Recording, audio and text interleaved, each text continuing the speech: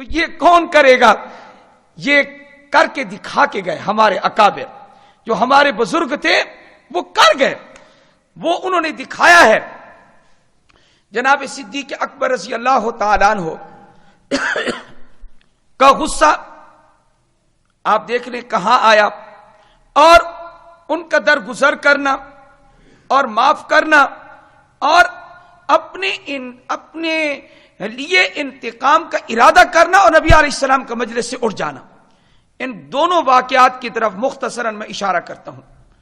پہلا واقعہ یہ کہ حضرت کاندھلوی رحمۃ اللہ علیہ نے لکھا ہے، ارشاد فرماتے ہیں کہ آپ کا گزر ہوا، مدینہ طیبہ کا واقعہ ہے، یہودی وہاں موجود تھے، تو آپ جا رہے تھے، ایک یہودی نے اونچی آواز میں کہا، سنو جی، پہلے تو محمد مصطفیٰ صلی اللہ علیہ وآلہ وسلم کہا کرتے تھے نماز پڑھو، روزہ رکھو، یہ کرو، اب تو ایک اور کام بھی شروع ہو گیا ہے، موت پڑتی ہے جب مال لگانے کا موقع آتا ہے، تو کہنے لگا اب کہتے ہیں زکوٰۃ دو، زکوٰۃ فرض ہو گئی ہے، تو اب ہمارے مال پر بھی نظر ہے، زکوٰۃ دو، تو زکوٰۃ کا حکم جاری کر دی۔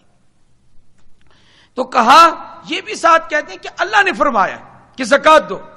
یہودیوں نے زکوٰۃ کا مذاق اڑایا، اور ایک یہودی کی زبان سے جو کہہ رہا تھا یہ نکلا، اگر اللہ ہم سے زکوٰۃ مانگتا ہے تو ان اللہ فقیر ونحن اغنیاء، معاذ اللہ ثم معاذ اللہ، پھر تو اللہ فقیر ہوا اور ہم مالدار ہوئے۔ جی آپ لوگ مالدار ہیں، آپ لوگ ہیں مالدار، اللہ کے مقابلے میں آپ کے پاس کیا ہے بتائے نا؟ یا آپ کا اپنا ہے کوئی جو آپ کا اپنا ہو؟ وہ بتاؤ نا، کوئی چیز اپنی ہو تو کوئی پائی ہو، کوئی ایک دھیلا ہو آپ کا اپنا ہے؟ کوئی ماں کا لال کھڑا ہو کے بتائے کہ یہ میرا ہے؟ ہیں جی، یہودیوں کا دماغ کس طرح خراب کیا شیطان نے، کہنے لگے ہم پھر مالدار ہوئے اور معاذ اللہ اللہ کیا ہوا؟ فقیر۔ یہ اتنا گستاخی کا جملہ تھا کہ جناب صدیق اکبر رضی اللہ تعالیٰ عنہ، جن کا وجود حضرات نے لکھا ہے نحیف، کمزور، لاغر، پتلا سا وجود تھا، حضرت صدیق اکبر رضی اللہ تعالیٰ عنہ نے اس کو کچھ اور نہیں کہا کہ دلائل سے سمجھاؤں، آپ بیٹھ جا ادھر اور میں تجھے دلائل دیتا ہوں، میں تجھے سمجھاتا ہوں۔ اگر سمجھانا چاہتے تو اچھے طریقے سے سمجھا لیتے، صدیق تھا، اور فصاحت و بلاغت پیدائشی طور پر فطرت میں اللہ نے رکھ دی تھی، دلائل کا انبار لگا دیتے، لیکن صدیق نے سمجھایا نہیں۔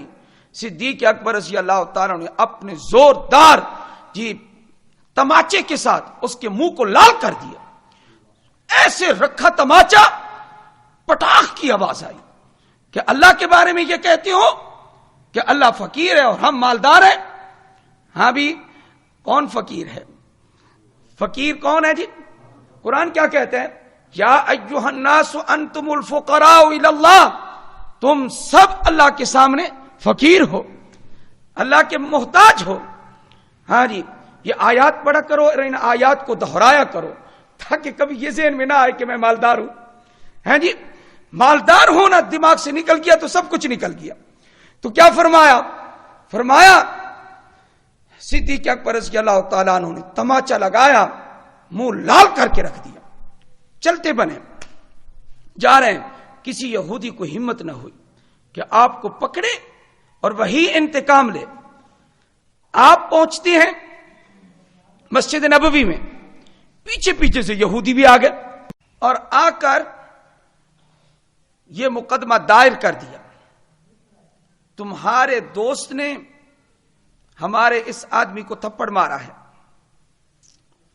آپ علیہ السلام نے حضرت صدیق اکبر سے پوچھا تھپڑ مارا ہے؟ جی ہاں میں نے مارا ہے۔ صدیق نے پیدائش سے لے کر موت تک کبھی جھوٹ بولا ہی نہیں، زبان اتنی پاک ہے، کبھی جھوٹ بولا ہی نہیں۔ اس لیے تو صدیق کہتے ہیں۔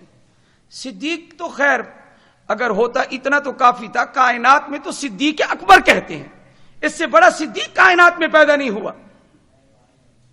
جھوٹ نہیں بولا. جی ہاں میں نے مارا. تم نے کیوں مارا؟ فرمایا کہ اس نے اللہ کی گستاخی کی ہے. انہوں نے کہا جی ہم نے تو کوئی گستاخی نہیں کی.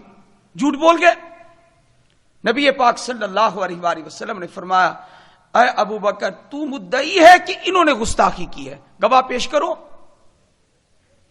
حالانکہ آپ جانتے تھے کہ صدیق سچا ہے, لیکن عدالتی قانونی کارروائی کرنا ضروری تھا.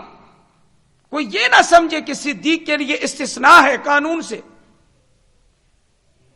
فرمایا اس نے اللہ کی گستاخی کی ہے اور یہ کلمات کہے ہیں. انہوں نے کہا نہیں ایسی تھپڑ لگا دیا تھا. منکر ہو گئے. فرمایا ان سے قسم لیں گے پھر ہم, آپ کے پاس گواہ نہیں ہے تو. صدیق اکبر رضی اللہ تعالیٰ عنہ نے فرمایا یہ تو جھوٹے ہیں, یہ تو قسم اٹھا لیں گے. فرمایا اگر انہوں نے قسم اٹھا لی پھر قصاص کے لیے تیار ہو جائیں, پھر انتقام ہوگا.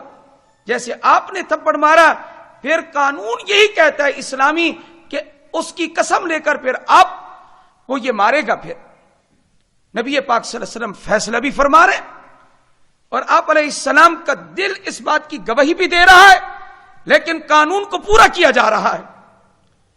بس یہی کہنا تھا کہ اللہ جل جلالہ کی رحمت کو جوش آیا.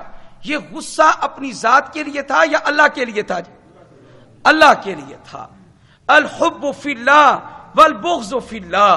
یہ پیدا نہیں ہوا, میرے اندر نہیں پیدا ہوا کہ محبت بھی خالص کس کے لیے اور بغض اور عداوت وہ بھی خالص کس کے لیے؟ اللہ کے لیے. یہ صفت بہت مشکل سے پیدا ہوتی ہے. محدثین نے لکھا ہے, فرمایا اس پر بڑی محنتیں کرنی پڑتی ہیں. عام طور پر ذاتی عداوت, ذاتی دشمنی, ذاتی کینہ ہوتا ہے. اللہ کے لیے خالص محبت, اللہ کے لیے بغض. یہ صدیق اکبر کا واقعہ دیکھ لیں آپ. حضرت صدیق اکبر رضی اللہ تعالیٰ عنہ نے فرمایا جیسے آپ کا فیصلہ ہوگا.